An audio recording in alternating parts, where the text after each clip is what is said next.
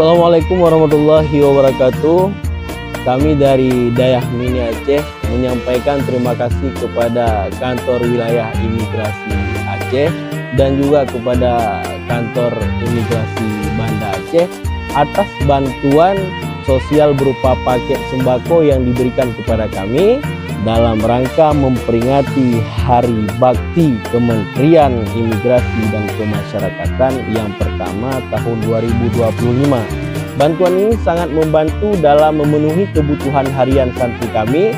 Kami sangat menghargai kepedulian sosial imigrasi Aceh dan Banda Aceh yang peduli di tengah situasi ekonomi yang sangat sulit ini. Semoga Allah Subhanahu wa taala membalas segala kebaikan Bapak Ibu sekalian. Amin amin ya rabbal alamin. Wassalamualaikum warahmatullahi wabarakatuh. Selamat Hari Bakti Kementerian Imigrasi dan Pemasyarakatan yang pertama tahun 2025.